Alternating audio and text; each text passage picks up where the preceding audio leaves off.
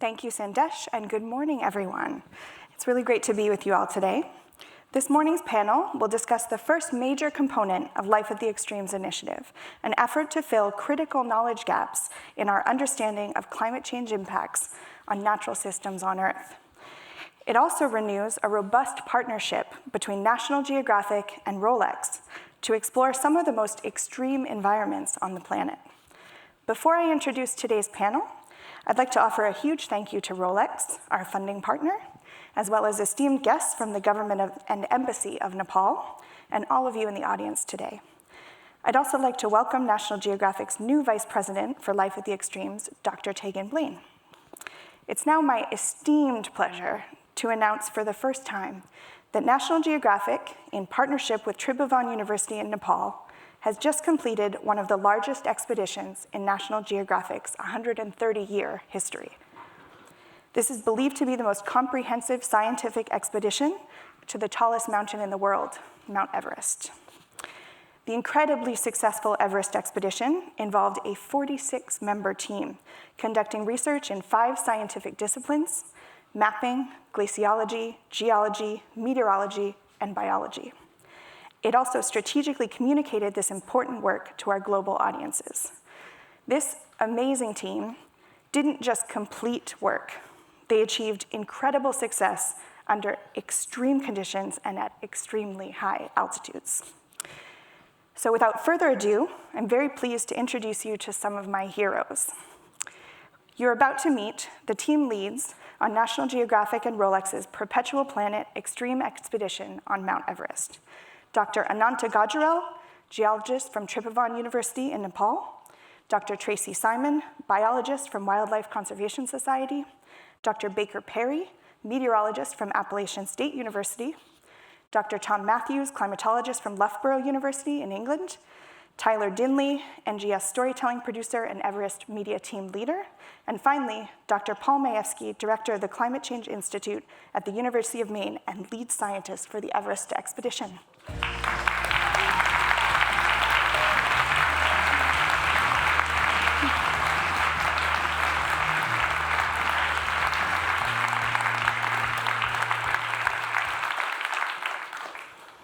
Thank you all. Each one of you has just returned from Mount Everest, and most of you spent time at Everest Base Camp, which is 5,380 meters, or 17,600 feet above sea level. This expedition lasted 2 months, and I want to start by asking just how hard is it to walk to base camp, and how hard is it to not just live and be at base camp, but also to work at those extreme elevations. So Ananta, how do you walk to base camp? What's the trek like? Yeah, once we get in Namche at around 3,500 meter altitude elevation, and we feel we are in surrounding of the Mount Everest area, and we spend 2 nights to acclimatize in the mountain, and then start trekking from the Namche, gaining not so much elevation, and then we see a lot of Sherpa people surrounding the Namche, and on the way to base camp and Gokyo Lake, and then actually we also see a lot of yaks and trekkers on the way, and Sherpa people are really very generous, and they show a wonderful hospitality. And then we slowly gain elevation. When we arrived in Dingboche, or located at about 4,400 meters, then we gain a rapid elevation of about that is we say to the base camp area. It could be the nick point, so it could be 600 meter or 700 meter, and then we arrived in Lobuse and then in base camp area at about 5,400 meter. And one way, and another way is from Namse to Gokyo Lake area. And in the Gokyo Lake area, we also gain slowly elevation. And then finally, we arrived at around 4,800 meter altitude. So the trekking route is sometime in average 3 feet, and there are a lot of trekkers and a lot of yak transporting a lot of goods, and it could be dusty and people could be lot, but once we look surrounding the mountain, and every people fell in love with the mountain and they forget the way actually. Yeah. You just mentioned that the trekking route is very, very narrow. Here we see Paul walking on, it looks even less than 3 feet, also in very snowy conditions. Paul, how hard was this trek? Well, anytime you work at 5,000 meters, 6,000 meters and higher, which part of our team did, it's very serious. But we also have a very experienced team, which is important to note. We spent a great deal of time planning how long it would take us to get up there, make sure that everybody was acclimatized. We're very proud of the fact that nobody got mountain sickness, which is very important. It's extremely debilitating. So it's non-trivial getting up there. It is certainly non-trivial living there. You have 50% of the oxygen at sea level. When you go up to about 6,100 meters, you have even less, obviously, and when you get up to the top of Everest, you have 1/3 of the oxygen at sea level. So if you want to see what it would be like, you could put a plastic bag on your head and walk around for a while. We do not recommend this. Do not do this. That's right. Don't pay any attention to that. Sorry. I'll stop there. So speaking of the top of Everest, Tom and Baker, you were part of the team, including 15 Sherpas, 3 filmmakers, and another scientist, Mario Pataki, whose goal was to get as close as possible to the summit of Mount Everest, a whopping 8,848 meters, or 29,029 feet above sea level. Can you tell us more about what it was like in those final hours above 8,000 meters, and what drove your decision of how high to climb? Sure, so we left Camp 4, which is around 8,000 meters, early in the morning, well, late at night / early in the morning. It was 11:30 p.m. And as you climb away from Camp 4, you enter this zone called this area called the death zone. So you're climbing into altitudes that are sort of not sustainable for humans to exist in for long. So you're certainly aware that you're entering this extreme environment. And I suppose the way that we felt that was primarily through the temperatures. Even though it's a lack of oxygen that the death zone is defined by. We had temperatures of close to -30 on the way up, and it took a toll on our bodies and our equipment. So I had some minor frostbite, and Baker here had an oxygen mask that froze. So the journey up was certainly not straightforward for him.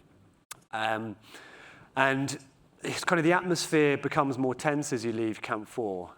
You pick it up in sort of our own conversations with each other, but also the Sherpa are more tense because this is an environment that you don't want to spend much time in. So because of that, the extreme environment, we're trying to move quickly, and we did try to move as quickly as possible up away from Camp 4 and towards the summit. And we started making very good time. We were moving quickly, quicker than we'd moved throughout the period that we'd been climbing higher on the mountain. But then we ran into the back of a queue of climbers. So we covered a lot of ground in about 3 or 4 hours, close to 400 meters, and then spent some time behind a queue, which was both frustrating. If you've ever been queuing for anything, you know that that's just a frustrating way of moving. But on top of that, there was the knowledge that it becomes more unsafe for everybody. We were a large group trying to move quickly, and this was not good. So obviously, when we got to this place called the balcony, safety was our sort of very much on our minds. Yeah, and to pick up and answer the second part of that question, what was the decision making to stop there? I mean, obviously we were all frustrated as a team at the slow pace, and our Sherpa team leader Panuru, who has 17 Everest summits behind him and is incredibly experienced.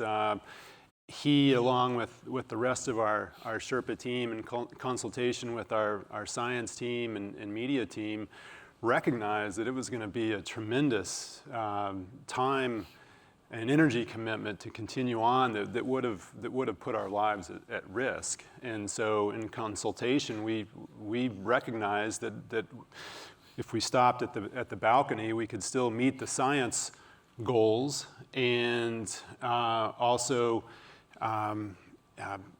make sure that we were as safe as could be and have the opportunity to get down. And so safety was an important consideration, and we had tremendous respect and confidence in our Sherpa team and that decision-making process. We are so glad that you made that decision and that you prudently, yes.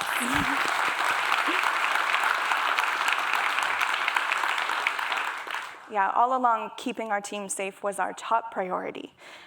So that must have been a very difficult decision, but you were able to be incredibly successful. So please tell the group what you accomplished. So there at the balcony, perched on the side of the mountain, this is on the southeast ridge of Everest, we found a tiny outcrop of rock, and were able to successfully, in a very small area, install the highest weather station in the world. And let me just add that our Sherpa team was incredible in this effort. I mean, they had trained and we had practiced this, and I think their brains work a little better up there at that elevation than ours do, and they were absolutely phenomenal in that team effort.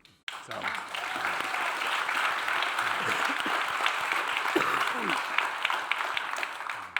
And Tom and Baker are numbers 2 and 3 from the right in this photo that you're looking at here today, celebrating. And perhaps if I can just add a little more detail. So this is the highest weather station that's ever been installed, but we actually broke the record the day before for the highest weather station currently operating in the world, and we installed a station at the South Pole, which you can just see in the picture behind us there. It's that low point before you go back up to Lhotse, which is a very significant peak that's the next mountain over there. And together, those two weather stations will give us the first ever concurrent measurements or simultaneous measurements in the death zone, so 8,000 meters plus.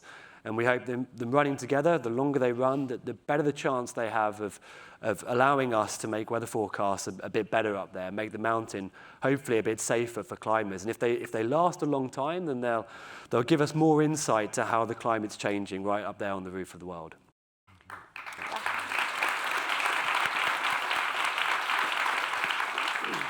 Great, that was an excellent segue, because I want to now back up to why we were on this mountain in the first place. Paul, the impetus of the expedition was about understanding how climate change is affecting critical support systems for Earth, in this case, high mountain water towers, the alpine glaciers that store water. As ECMOD recently reported, the Hindu Kush Himalaya provide water resources to 1/5 of global population. These glaciers are likely to shrink dramatically by 2020. How do researchers like you and your team study the state of these Himalayan glaciers? And what is an ice core? We're about to see a picture of it in just a minute. Well, perhaps the best way to start off the conversation is to sort of give you a feeling for what it's like to be at high elevation. Most people who go to the top of Everest are obviously interested in having their picture taken, coming back down again.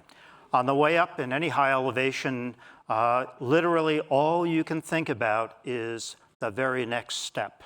And your goal is typically something that's 20 feet away. So your world is very small. Our science team obviously had a very different goal. Our goal was not to get to the summit necessarily, although that would have been fine if it had been done. Our goal was to work along the way, and it requires tremendous amount of exertion, number one, and number two, it requires dedication to what you're doing. We did this because we wanted to collect multidisciplinary scientific information from the most iconic mountain in the world. The things that we find on the top of this mountain, ranging from the immediate weather, which we can now see, to things like ice cores, which are basically buried weather stations that allow us to go back in time decades, hundreds of years, potentially thousands of years, are the things, along with understanding the distribution of glaciers today versus the past, along with understanding what sort of organisms live there, and along with having excellent maps which we can use to judge how much this area is changing, are all of the pieces of information that are necessary to not only understand how much change has occurred in this iconic place, which is important to so many people in the world, but also to make better predictions for the future. And that's our primary goal, is to make more reasonable, more plausible descriptions of how this area will change, and to be able to apply these to mountainous areas, and in particular the Khumbu Valley and the people of Nepal. Nepal opened up to us basically their heart, the most important thing that they can offer us. And it's our requirement or our privilege now to try to put this science together and be able to talk about its impact on hydroelectric power, agricultural activities, quality of life, tourism, and all of the things important to these people. Great, thanks, Paul. Behind us right now, you'll see a picture of Mario taking the highest ever ice core. Can you talk about what's happening in this photo, and especially what it would take to complete this endeavor? This is Mario Potocki, a PhD student in our institute, who's worked with me for many years, extremely experienced. His goal was to collect this ice core. It is from the highest glacier on Mount Everest, no doubt, therefore, the highest glacier in the world. And he's drilling down roughly a 3-inch diameter core under extremely strenuous conditions. He has obviously the same Sherpas who were helping Tom and Baker, helping him. He was able to go down 10 meters. May not seem like a lot. A lot of the ice cores we've collected are thousands of meters. But at this elevation, it's going to provide us with an understanding of past temperature, precipitation, how much snow falls, where the air masses come from. Do they come from the south in the monsoon? They come from the north to Tibetan Plateau, which is the key to understanding the cycle of the monsoon. From this, we can also tell pollutants that have impacted the area as a consequence of human activity and what their levels were in the natural climate, so that we can make better, have better directed legislation for how to keep our environment clean, and a variety of many other things, which we will find out about once we analyze this core. But it was a remarkable feat in a remarkable place. People know nothing, literally, about areas above 5,000 meters, much less 6,000 or 7,000 meters. And here's an ice core from just over 8,000 meters that will unlock a lot of secrets. Yeah.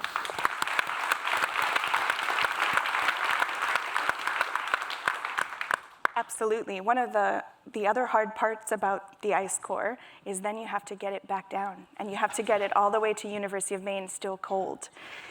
Tracie, you led the biologic research on this expedition, also having to deal with getting samples back down off the mountain. We've heard how hard it is for humans to survive at extreme elevations. What kind of creatures are living up there? What did you find when you were assessing the biodiversity of Mount Everest? Yeah, I mean, most people don't think of all the creatures that live up at these extraordinary elevations, but we actually found quite a bit of biodiversity. There are spiders and arthropods. We discovered a new elevation record for a centipede at 5,500 meters. We're going to need to clap for that one too. We also records being broken by this team. We also discovered an elevation record for a caddisfly, which is related to a moth, at 5,600 meters. And in addition to that, we found plants and fungi, mammals and birds. And the whole reason that we're studying this is we really want to understand, how high does life go? You know, how do species live in extreme environments? And what sort of adaptation strategies have they developed to be able to live right on the edge of the most harshest ecosystems. And all of these species, they're all indicator species, and they can tell us a lot about how climate change is impacting things like food resources and water resources and habitat. And the great thing about working in high mountain environments is that we can, as scientists, we can extract these signals, and that's because the signals are amplified in high mountain environments. One of the critical things that we did on this expedition was to establish a high-altitude vegetation monitoring site. This is called a GLORIA site, which stands for Global Observational Research Initiative for Alpine Environments. And this was installed by Dr. Suresh Gamir and his botany team from Tribhuvan University. And what a GLORIA site is, it's a vegetation monitoring site where they set up the plots on 4 different summits at different elevations. And they map everything that's on that summit. They look at all the species, they quantify it, and the idea is to go back every 5 years and reassess. And this gives you quantifiable evidence of how environmental change and climate change is impacting species. And the wonderful thing about the GLORIA approach is it's standardized against the whole GLORIA network, so we can then compare it to all the other GLORIA sites in high mountain environments to really build a comprehensive picture about how climate change is impacting the environment. That baseline data is going to be invaluable moving forward. Thanks, Tracie. On to you, Ananta. Ananta, you were the head of the geology team on this expedition, and you had a massive undertaking. However, some of the most challenging geologic sampling happened in a place you might not expect, a glacial lake in the Gokyo Valley. Can you explain to us what you're doing in this next photo and what lake sediment cores tell us about climate change? This is a lake close to the Gokyo Lake, second lake. We use core gravity-driven percussion core driller, and then we recovered lake sediment from the bottom, and that lake sediments have recorded the environmental condition within the lake and surrounding the lake.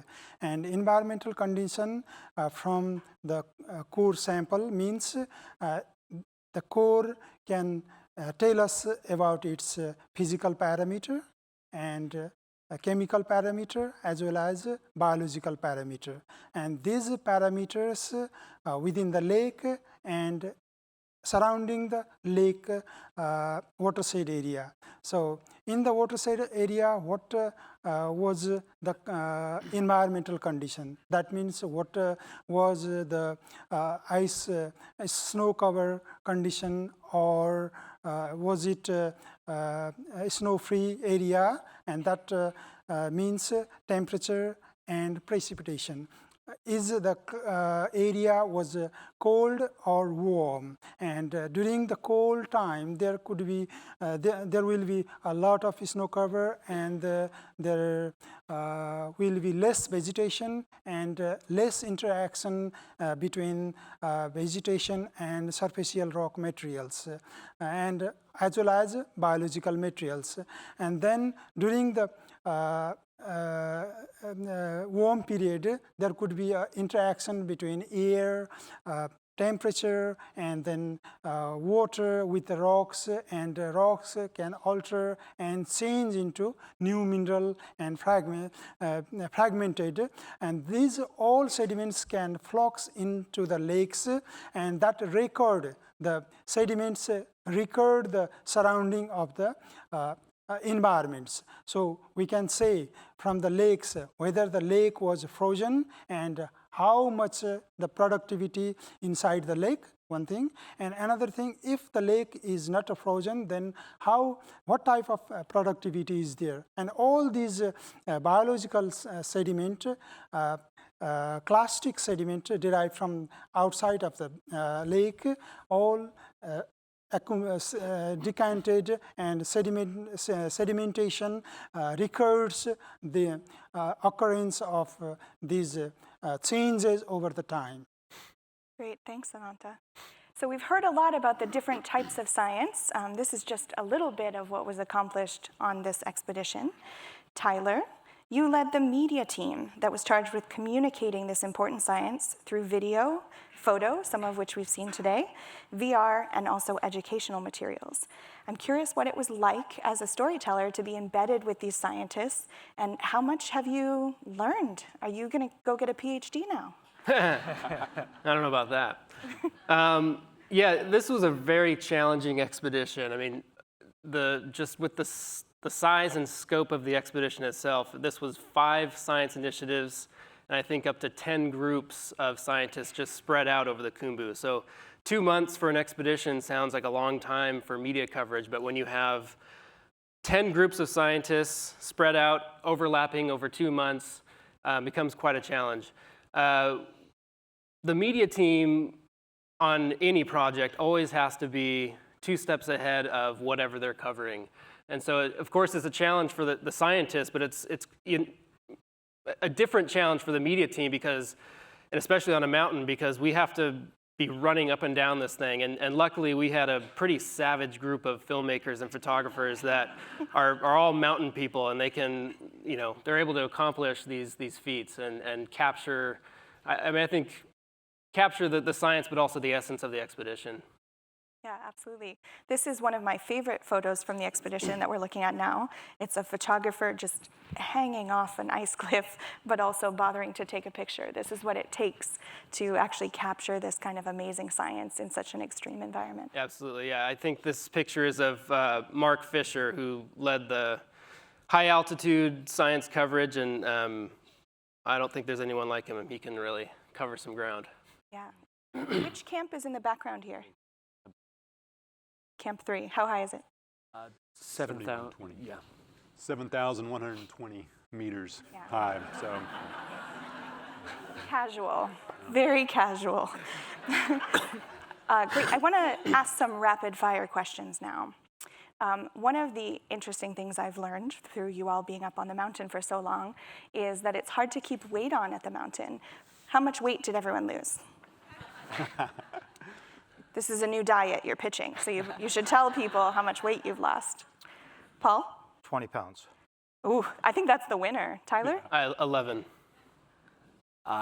7 kilos, whatever that Which makes him the winner. 15, 16 pounds. I lost 8 pounds. I lost 8 pounds. I did not actually lost so much. Next time you'll go on the Everest diet. But I'm happy to say I put most of it back on. I think lots of people have said the same. What was the highest elevation you reached? I reached around 5,400 meters.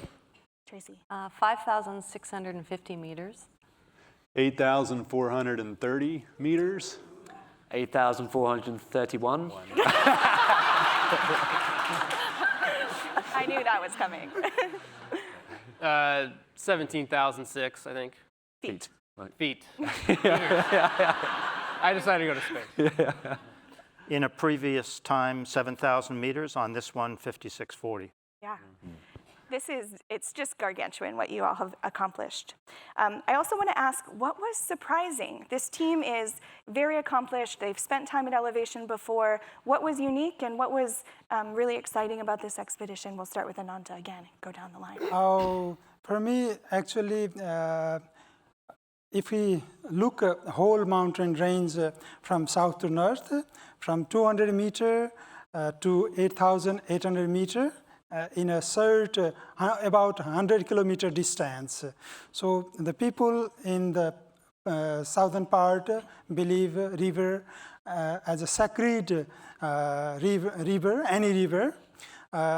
In the mountain also, above 4,000, around 5,000 meter, people's sacred the lake One is that is one thing, and another is the people climbing in the high altitude area with Port Tracie, and they are carrying heavy load with a music player, and they have music. They play a music, and they sing, and they are very happy, and that is wonderful for me. Yeah, yeah, it's really great. Tracie, how about you? What surprised you? I think the thing that surprised me most is one of the days my partner Anton and I were heading up Kongmala Pass, which is around 5,500, and it had snowed the night before. And as we were heading up, we came across fresh snow leopard tracks, just walking up the trail, the same trail we were using. And then we followed the tracks, and then they overlapped with fox tracks. And that was just so extraordinary to me, because the trail we were on is a very well-trafficked trail. At least 100 people a day are probably traveling this. And they're sharing, they're coexisting with us, and most people don't even know it. I actually pointed out the tracks to a few of the trekkers, and they're like, wow, really? And it sort of makes you aware of how mindful visitors to the park and people going up there have to be, because we're sharing this habitat, and it's theirs too. Yeah. So I'm going to skip over you two to Tyler. Surprise? I wouldn't say much of a surprise, but more of a reminder of how important it is not only to work with the local people in this region, but to understand their own knowledge of what's happening up there in regards to climate change, and really, I guess, sort of comparing notes with what we're discovering with the science. And that's just something that should be applied to any project that we work on, I guess. I would say the same thing that Tyler did. We're really eager to integrate this science. It's multidisciplinary, and to find ways to apply it so that it'll have value. And using the same words that Tyler did, rather than be surprised, I was just really happy with the fact that we had a very large group of people, from everybody from Sherpas and porters to scientists to National Geographic staff to media. We all spent a lot of time together. And as happens always, but the larger the expedition, the more diverse than this was, it was really remarkable to see how hard everybody worked, how well everybody got together, and I'm really proud to have been involved in that. Yeah, can I just build on that? I think what is not necessarily a surprise, but what just amazed me was the resiliency of our team. I mean, we faced a lot of challenges. A lot of us, probably 90% of us, had upper respiratory infections, sicknesses of some point. There were other challenges brought on by the weather that compressed the number of summit days. And to achieve the successes we did was a really remarkable testament to the strength of our Sherpa team, our science team, our media team, and our Nepali support staff, and our partners at Tribhuvan University. And so I think that really stands out to me. Go ahead, Tom. So what really surprised me, I think, was the space that Baker took up in the tent. No, in a more serious one to end on, we have weather data streaming, so we can see in real time what's going on. And we knew these environments were extreme. We've already recorded winds equivalent to a Category 2 hurricane at the South Col, and this is the quiet period. So we're both excited and a bit apprehensive for what the winter brings. We hope that those weather stations hang on. But the data are now live on the website, as I understand. Not quite, but they will be later today. But good flag. Does anyone else want to have anyone else have anything they're surprised about? I'll just say one more thing. I'd like to thank National Geographic for an amazing opportunity. We're all very proud to be involved with National Geographic, and the opportunity to work so closely with the media and to be able to tell a story that we hope will turn out to be an important story makes us feel very good. Great, not just for science, but for the world, we hope. So I want to return that thank you. Thank all of you for being on the panel today. I'd also like to make a really clear point of thanking everyone who couldn't be on the stage today. So we have quite a few other members of our expedition team in the audience, and I'm going to ask them to stand. The amazing Sandra Elvin, Alex Tate, who I'll talk about again in just a minute, Sam Shaleen, Corey Jaskolski, Chris Milburn, Kenny Broad, Freddie Wilkinson, and Vivek Giri.